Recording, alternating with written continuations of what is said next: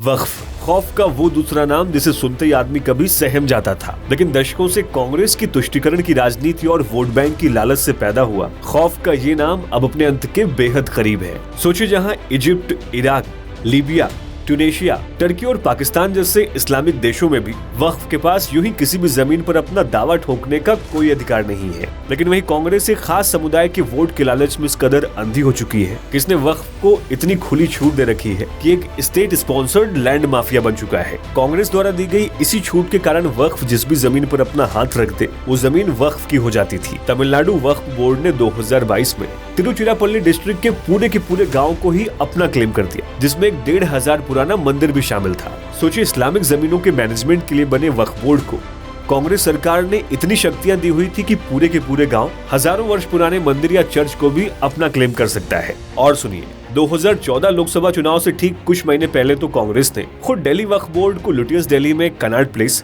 Ashoka road और यहाँ तक कि पार्लियामेंट के पास की 123 वीवीआईपी एवेक्यू प्रॉपर्टीज वक्फ को दे दी थी, जिन्हें अल्टीमेटली दिल्ली हाई कोर्ट के इंटरवेंशन के बाद रोका गया था। एक और भी चौंकाने वाला केस सूरत का है, जहां गुजरात वक्फ बोर्ड ने 2020-21 में सूरत म्यूनिसिपल कॉर्पोरेशन की जमीन क्लेम कर ली थी। और इस क्लेम का बेसिस सुनकर के आप अपना सर पकड़ लेंगे। दरअसल उनका कहना था कि 17वीं शताब्दी में मुगल बादशाह जहांगीर की बेटी के कनीज यानी दासी ने जमीन वक्फ को दी थी।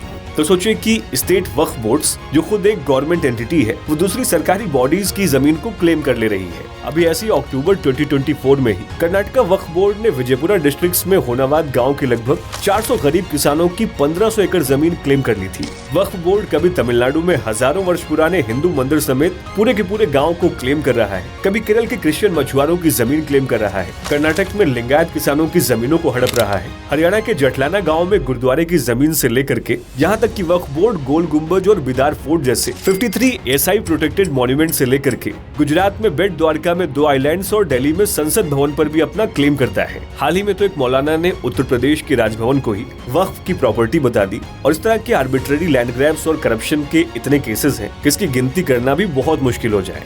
भारत में कांग्रेस वोट बैंक की राजनीति के किस स्तर तक गई है, आप इसका अंदाजा इसी बात से लगा सकते हैं। 2014 में Waqf properties eviction of unauthorised occupants bill भी पास करने की कोशिश की गई थी, जिसमें वक्फ बोर्ड के सीईओ को उनके हिसाब से किसी भी अनऑथराइज्ड ऑक्यूपेंट को वक्फ की जमीन से निकालने की अनचेक्ड पावर्स दी जाने वाली थी, जिसके लिए फोर्स का भी यूज कर सकते थे।